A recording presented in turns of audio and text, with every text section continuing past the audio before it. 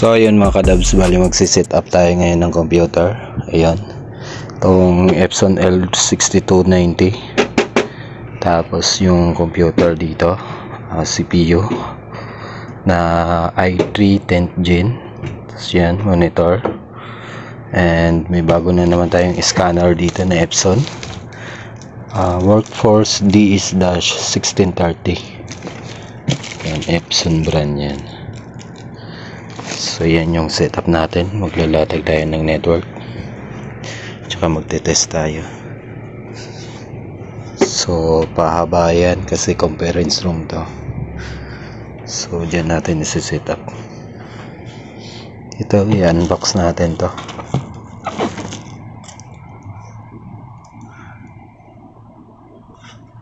Ang kulang natin dito sa setup natin is UPS. So mag-request pa tayo ng UPS para dyan.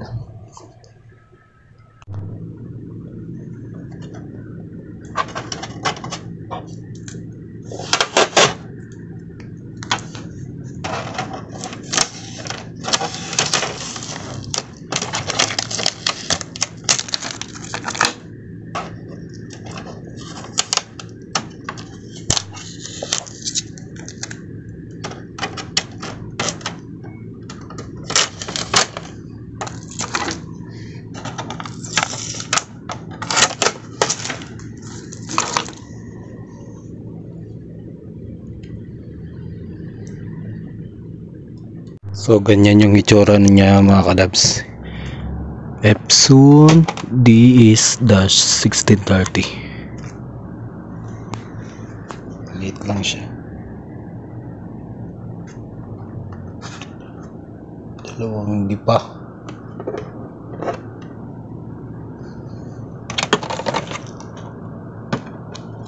Designated lang siya sa pag-scan. Itong printer na to, scanner.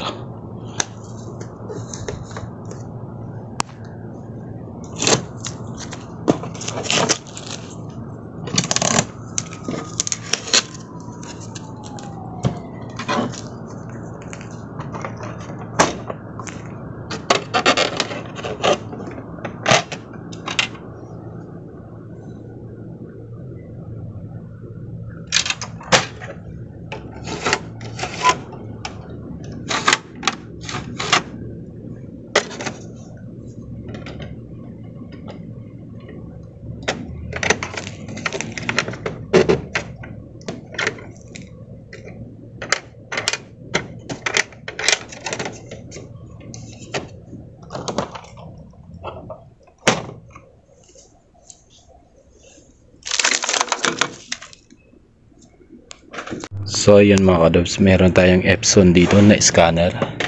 So product to ng Epson. So yan ang kanyang driver, this. So may user manual din siya at user guide, how to set up. Dito siya, DS-1630 siya. So may latest na din pala, DS-1660W. So itong ating isi-set up ngayon is DS-1630. So Epson brand. Ayan siya. Yan yung flat beam nya. Designated lang tong Epson na to sa scanner. So meron siya ditong feeder. Yan. Pang long, pwede yan liter, E4. Tapos kung nagpi-pair jump siya dito, yan, very friendly user siya para dun sa mga beginner. So yan, ganyan lang siya gamitin.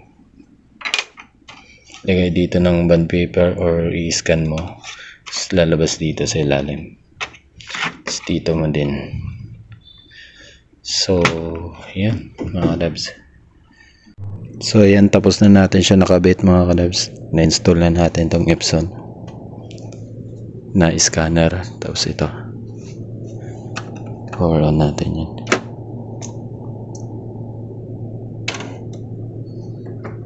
Goods na siya.